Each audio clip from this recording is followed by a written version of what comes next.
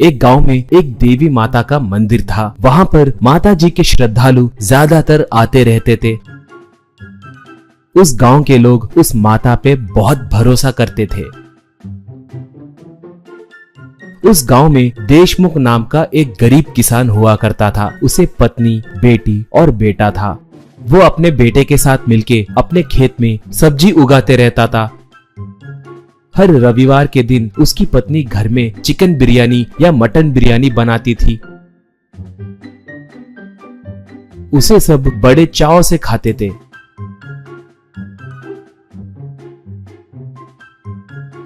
देशमुख के उगाए फसल को एक दलाल आकर खरीद कर ले जाता था। वो बहुत बड़ा धोखेबाज आदमी था। झूठी बातें बोलकर कम पैसे देता था।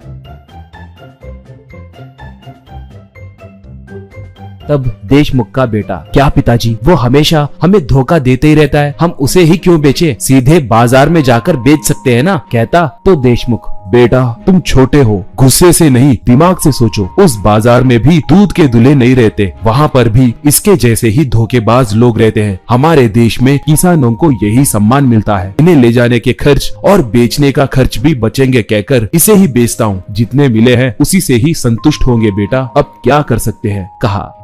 एक बार रविवार के दिन सब भोजन करने बैठे थे। देशमुख का बेटा भोजन करके, ये क्या आज रविवार चिकन बिरयानी नहीं बनाए, पूछा। माँ तब, बेटा आज से माता जी के दिव्य दिन शुरू हुए ना, इसलिए 2 महीने तक हमें मांस नहीं खाना चाहिए। गांव में भी कोई नहीं खाते, बोली। वो तब, वाह, मेरे बचपन से देखते आ रहा हूँ माँ, ये कैसी परंपरा है, क्यों रखे, कहकर गुस्से से पूछा। माँ तब, बहुत समय पहले इस गांव में एक भयानक बीमारी के कारण बहुत से लोग मर गए थे। तब माता जी को गुस्सा आया है कहकर मंदिर के पुजारी ने कहा, अगर वो गुस्सा कम होना हो तो मई और जून के महीने में गांव में किसी को भी मांस नहीं खाना है, अगर खाए तो और कई लोग मर जाएंगे कहकर बोले। तब से सब इसका पालन कर रहे हैं। चिकन बिरयानी की कमी नहीं महसूस होने के लिए मैंने आलू दम बिरयानी बनाया है, एक बार खाकर स्वाद कैसा है बताओ, बोली। वो बिरयानी खाकर, वाह ये बहुत स्वादिष्ट है माँ, सच कहूँ तो चिकन और मटन बिरयानी से भी ये और स्वादिष्ट है। 2 महीने नहीं, इस बिरयानी को जिंदगी भर खा सकते हैं, कहा। एक बार देशमुख आलू का फसल उगाया।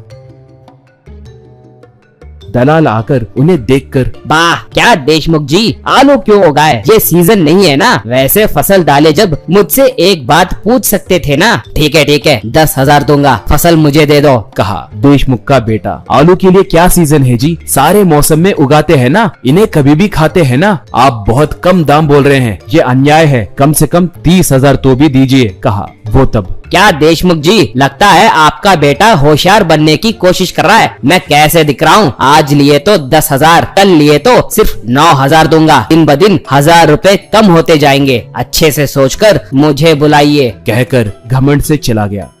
देशमुख घबराने लगा तो उसका बेटा, पिताजी एक बार धोखा दिए तो ठीक है कहकर सोच सकते हैं, मगर ये हदें पार कर रहा है, इसलिए नहीं बेचूंगा, कहा। तब देशमुख, ठीक है तो फिर अब क्या करने की सोच रहे हो, हम बाजार में ले जाकर बेचे क्या, पूछा। बेटा तब, वहाँ पर भी अच्छा दाम मिलेगा कहकर मुझे नहीं लगता, ये दलाल सब मिले हुए हैं, अगर हम गए तो भी मौका देखकर और कम दाम देंगे, कहा। देशमुख तब, हे भगवान, बहुत मेहनत करके उगाया फसल अब बेकार हो जाएगी क्या, कहकर दुखी होने लगा। तो बेटे को एक उपाय सूझा। पिताजी कल से माता जी के दिव्य दिन शुरू होने वाले हैं ना, गांव वाले मांस नहीं खाते, हम ये 2 महीने माँ से आलू दम बिरयानी बनवाकर गांव में बेचेंगे, माँ के बनाए बिरयानी के स्वाद को गांव वाले जरूर फिदा होंगे, कहा। बेटे का आइडिया पिता को बहुत पसंद आया।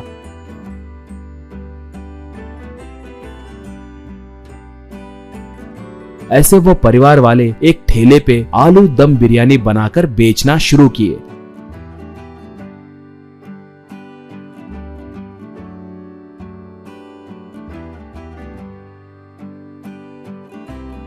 माँ बिरयानी बनाने लगी तो बाकी के लोग ग्राहकों को बिरयानी देने लगे। वाकई उसके स्वाद को लोग फिदा हो गए।